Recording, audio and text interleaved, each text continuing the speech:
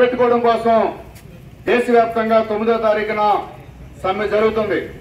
ఈ సమ్మెలో ఉద్యోగులు, కార్మికులు పాల్గొని మన హక్కుల కోసం జరుగుతున్నటువంటి సమ్మె, మన హక్కులు తీసివేస్తున్నటువంటి విధానాలకు వ్యతిరేకంగా జరుగుతున్నటువంటి సమ్మె, ఈ సమ్మెను మనం జయప్రదం చేయాలని కూడా సిఐటిగా విజ్ఞప్తి చేస్తున్నాం. మోడీ వచ్చిన తర్వాత ఈ దేశంలో ఒక్క పరిశ్రమ కూడా కట్టలేదు, ఒక్క పరిశ్రమ స్థాపించలేదు. ఈవేళ కోట్లాది మంది కార్మికుల్ని ఉపాధి దెబ్బతీసే విధంగా, కోట్లాది మంది కార్మికుల్ని నిరుద్యోగులుగా తయారు చేసే విధంగా ఈ రోజు మోడీ ప్రభుత్వం నిర్ణయాలు ఉన్నాయి. ఈ రోజు దేశంలోనే అగ్రగామ లాభాలు వస్తున్నటువంటి బిఎస్ఎన్ఎల్ సంస్థని నిర్వీర్యం చేశాడు. మన రాష్ట్రంలో ఉన్నటువంటి విశాఖ స్టీల్ ప్లాంట్ ని ఈ రోజున మొక్కలు చేసి ప్రైవేటు వ్యక్తులకు అమ్మటానికి నిర్ణయాలు తీసుకున్నాడు. అంటే పరిశ్రమలు కట్టకపోగా ఉన్న పరిశ్రమలు మూతవేసి కార్మిక వర్గాన్ని నడి రోడ్డుపైన నిలబెట్టే విధానంగా ఈ రోజు మోడీ ప్రభుత్వ విధానం ఉన్నాయి. అందుకే ఈ రోజున మొన్ననే కేంద్ర ప్రభుత్వం 16 లక్షల కోట్ల రూపాయలు కార్పొరేట్ శక్తులకి ఈ ప్రభుత్వం రుణమాఫీ చేసింది. కానీ కార్మికుల పైన, ప్రజల పైన జీఎస్టీ పేరుతో లక్షల కోట్ల రూపాయలు భారాలు వేసింది మోడీ ప్రభుత్వం. మరి ఇట్లాంటి విధానాల్ని ప్రజలు తీవ్రంగా వ్యతిరేకించాలని సిఐటి పిలుపుస్తుంది.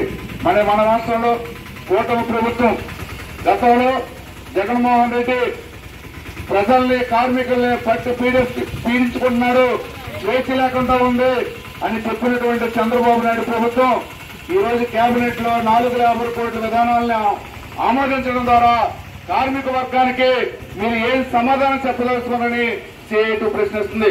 ఈ రోజు ఎన్నికల ముందు మేము ప్రజలపైన భారాలు వేయం, కార్మిక వర్గం స్వేచ్ఛగా వారి హక్కులు కాపాడుతామని చెప్పినటువంటి చంద్రబాబు నాయుడు కూటమి ప్రభుత్వం ఈ రోజు కార్మిక హక్కులు కాలవేసే విధంగా ఈ రోజు కేబినెట్ లో నిర్ణయం తీసుకుంది. అంటే 12 గంటల నుంచి 14 గంటల వరకు, 10 గంటల వరకు పని చేయించుకోవచ్చని యాజమాన్యాలకి నిలువు దోపిడీ చేసుకునే విధంగా చంద్రబాబు నాయుడు గారు కూడా అనుమతి ఇచ్చారు. మన కేబినెట్ లో తీసుకున్న నిర్ణయాల్లో 8 గంటల పని పేరుతో ఇంకా 8 గంటల పని మనకు కనబడకూడదు. 8 గంటల స్థానంలో 10 గంటల నుంచి 14 గంటల వరకు కార్మికులతో పని చేయించుకోవచ్చని సవరించాడు.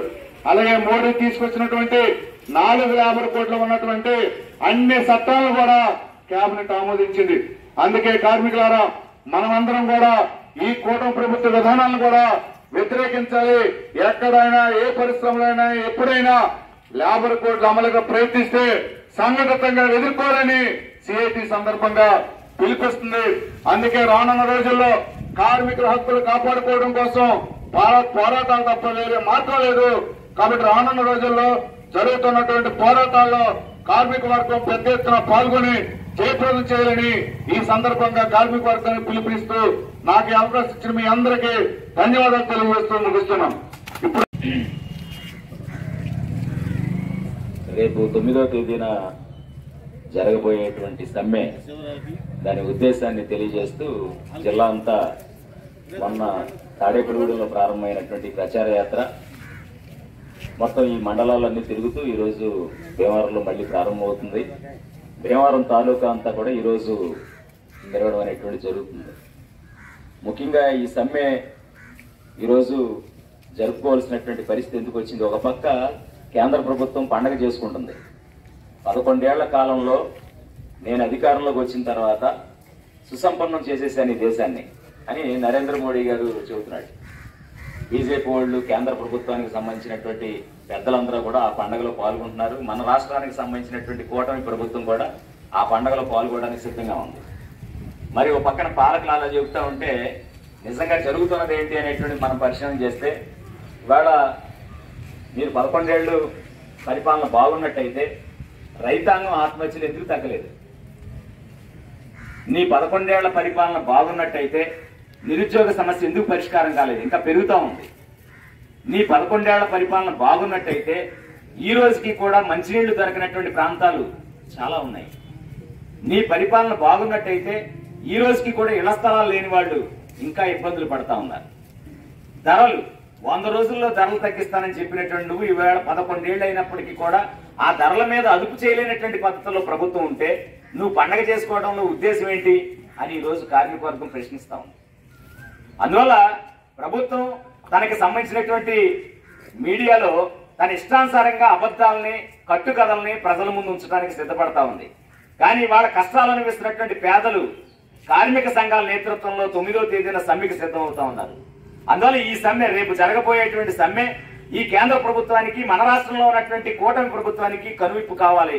అలాంటి కనువిప్పు జరిగే విధంగా స్థానికంగా ఉండేటువంటి అన్ని సంఘాలు, వర్తక సంఘాలు, వాణిజ్య సంఘాలు, ఉపాధ్యాయులు, ఉద్యోగులు, కార్మికులు, వ్యవసాయ కార్మికులు, రైతులు, అన్ని తరగతుల ప్రజానీకం ఈ సమ్మెలో పాల్గొనడానికి సిద్ధపడతా ఉన్నారు. ఇప్పటికే బ్యాంకులు ఇట్లాంటి సంస్థలన్నీ కూడా ప్రకటించినాయి 9వ తేదీన సమ్మెకి సిద్ధమని చెప్పేసి.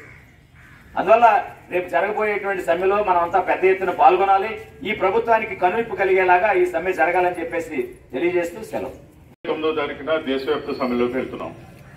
ఈ దేశవ్యాప్త సమ్మెలోకి వెళ్ళడానికి మనల్ని ఈ ఉద్యమాల్లోకి నెట్టినటువంటి ప్రభుత్వం ఏదైతే ఉన్నదో అది వాజ్పేయి, మన మోడీ ప్రభుత్వం, బీజేపీ ప్రభుత్వం. ఈ రోజున మనం ఎంతో కష్టపడి సాధించుకున్నటువంటి 29 చట్టాలు ఏవైతే ఉన్నాయో ఆ 29 చట్టాలని తొంగలో తొక్కి 4 లేబర్ కోడ్లు అని చెప్పి ఈ రోజు తీసుకుని వచ్చి ఉద్యోగ కార్మిక సంఘాలు ఏవైతే ఉన్నాయో ఈ రోజున అసలు కార్మికులు, ఉద్యోగులు ఉంటేనే దేశ ప్రగతికి ఒక మెట్టు. అటువంటిది ఈ రోజున కార్మికులకు కానీ ఉద్యోగులకు కానీ వాళ్ళు ప్రశాంతంగా పనిచేసుకుని అదేవిధంగా వాళ్ళు సాధించుకున్న హక్కులను ఏవైతే ఉన్నాయో వాళ్ళందరికీ కల్పించాలని చెప్పి ఆలోచన లేకుండా ఈ రోజు 4 లేబర్ కోడ్లు తీసుకొచ్చి ఈ లేబర్ కోడ్లు మూలంగా కార్పొరేట్లకు మేలు చేకూర్చి ఈ రోజున కార్మిక వర్గానికి, ఉద్యోగ సంఘాలకి ఏవైతే ఉన్నాయో వీటన్నిటికీ కూడా పెద్ద గొడ్డలు పెట్టేటటువంటి చర్యలు ఈ రోజున మోడీ ప్రభుత్వం చేపట్టింది. కాబట్టి మనం చేపట్టేటటువంటి ఈ జాతా కార్యక్రమం ఆల్మోస్ట్ వాటికి 6 మండలాలు 7 మండలాల్లో మనం చేయబోతున్నాం ఈ ప్రచారాన్ని.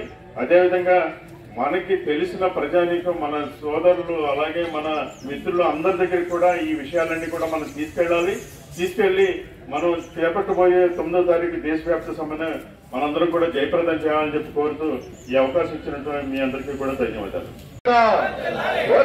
కార్మికుల ఐక్యత జయప్రదం చేయండి. జూలై 9 జరుగుతున్న దేశవ్యాప్త సమ్మెను జయప్రదం చేయండి. దేశవ్యాప్త సమ్మెను రద్దు చేయాలి. లేబర్ కోడ్లు వెంటనే రద్దు చేయాలి. 4 లేబర్ కోడ్లు వెంటనే కొనసాగించాలి. కార్మిక చట్టాలను కాపాడుకుందాం పోరాటాల ద్వారా మన హక్కులను కాపాడుకుందాం పోరాటాల ద్వారా మన హక్కులను వ్యతిరేకించండి. కేంద్ర రాష్ట్ర ప్రభుత్వ కార్మిక ఉద్యోగ వ్యతిరేక విధానాలను వ్యతిరేకించండి. కేంద్ర రాష్ట్ర ప్రభుత్వ కార్మిక ఉద్యోగ వ్యతిరేక విధానాలను ఓర్పురాలి. కార్మికుల ఐక్యత సిఐటియు